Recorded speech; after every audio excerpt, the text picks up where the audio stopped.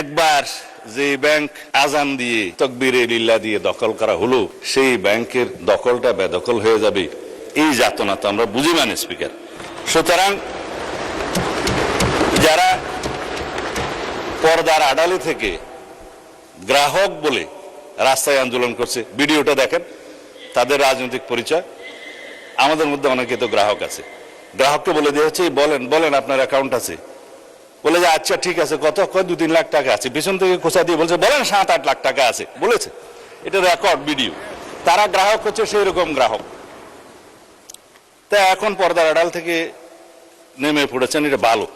বেপর্দা হওয়া, বেনাকাব হওয়া কোনো কোনো ক্ষেত্রে খারাপ, তবে এই ক্ষেত্রে ভালো হয়েছে যে মানুষ জানতে পেরেছে।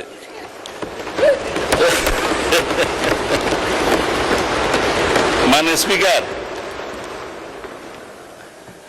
এখানে আরডিএস নামে একটা প্রকল্প আছে।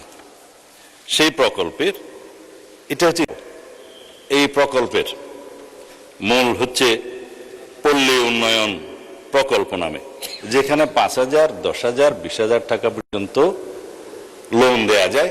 নারী গ্রাহকের সংখ্যায় বেশি। ভোটের আগে 10,000 টাকা করে অনেক নারীকে দেয়া হয়েছে।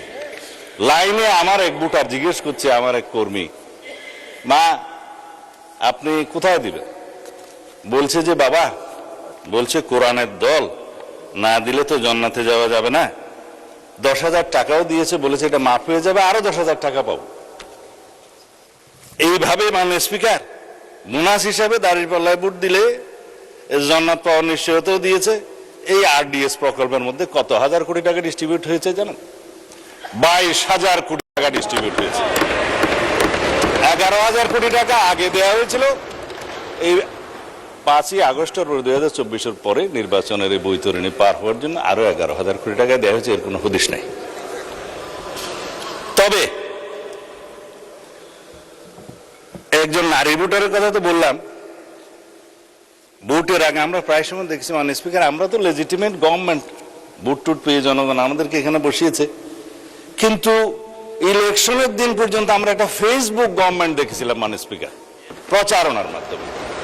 তা আমরা এখনো মনে করছি বিরোধী দলের ভূমিকা পালন করুক, তারা স্ট্রাগল করবে সরকারি দলে আসার জন্য, নির্বাচিত হয়ে মেজরিটি পাওয়ার জন্য। কিন্তু বারে বারে এইভাবে প্রচারণা, পর্দার আড়ালে প্রচারণা, পর্দার ভিতরে প্রচারণা ইত্যাদি চালিয়ে মানুষকে বিভ্রান্ত করে মানে স্পিকার আমরা বোধহয় খুব বেশি এগোতে পারবো না।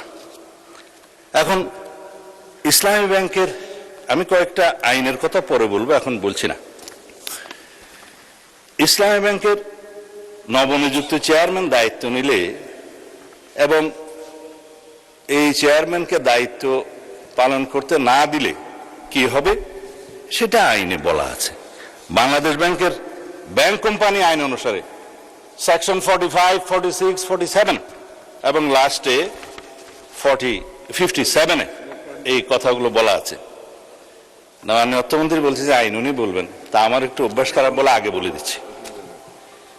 বাংলাদেশ ব্যাংকের নির্দেশ দানের ক্ষমতা, বাংলাদেশ ব্যাংক যদি এই মর্মে সন্তুষ্ট হয় জনস্বার্থে মুদ্রানীতি এবং ব্যাংক নীতির উন্নতির বিধানের জন্য কোনো ব্যাংক কোম্পানির আমানতকারীদের স্বার্থে পরিপন্থী এবং ব্যাংক কোম্পানির স্বার্থের পক্ষে ক্ষতিকর কার্যকলাপ প্রতিরোধ করার জন্য যে কোনো রকমের সিদ্ধান্ত বাংলাদেশ ব্যাংক দেওয়ার এখতিয়ার রাখে এবং ব্যাংক কোম্পানিগুলো, সংশ্লিষ্ট ব্যাংক কোম্পানিগুলো উক্ত আইন নির্দেশ পালনে বাধ্য থাকবে।